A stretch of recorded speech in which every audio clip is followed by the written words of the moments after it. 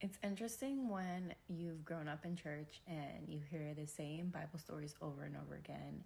If you're not careful, you start to get comfortable and you start to feel like it's the same story over and over again. And God has been taking me through the book of Genesis, through every single verse and every single detail. And He highlighted chapter 3 for me. And it's something I want to share with you guys. So in chapter 3, we're introduced to the fall of humanity. Everybody knows that the serpent deceived Eve. Eve took a bite of the fruit. She gives them to Adam, and therefore they became ashamed and guilty, and they hid from God. In my experience and observation of how this text is taught, a lot of attention is brought to the actions of Adam and Eve, but not a lot of attention is geared towards what happened afterwards.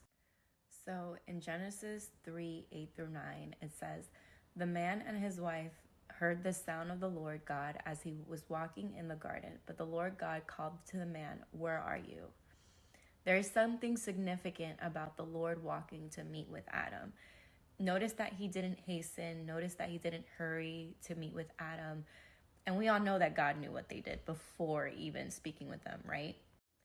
Notice how it also says that God was walking, looking for Adam in the cool of the day. We can speculate that perhaps this is towards the end of the day, after a work day, after Adam and Eve finished cultivating the garden, finished taking care of their garden, finished their duties with the garden, right? We can also speculate that this is probably God's meeting time, a routine that He's had with Adam and Eve to meet with them in the cool of the day. And there's something so significant about the fall of humanity and the disobedience that was brought into the Garden of Eden, that God did not hurry to condemn them. God did not hurry to, be like, hey, like, you disobeyed me. I think there's something so special in that text that a lot of us miss, is that while Eve and Adam hid, God still approached them. God still sought after them after they disobeyed Him. The Bible doesn't specify, but we can speculate that maybe this was an everyday routine for God and Adam, where they would meet in the cool of the day and fellowship with one another.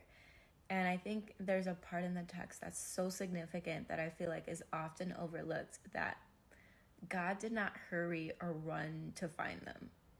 He walked looking for them.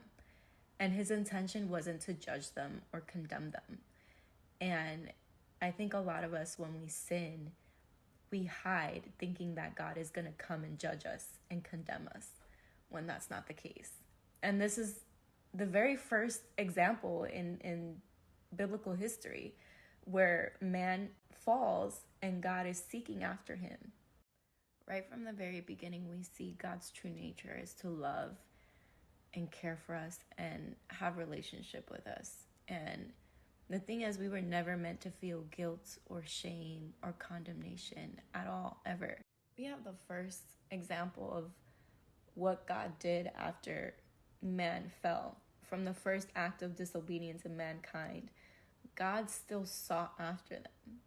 He didn't run to condemn them or judge them. He sought after them. He sought fellowship with them.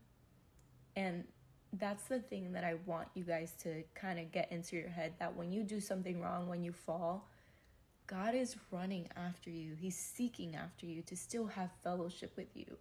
So don't believe the lie or the condemnation or the guilt or the shame saying that you need to hide from God. If anything, you need to run towards Him, because He's looking for you with open arms.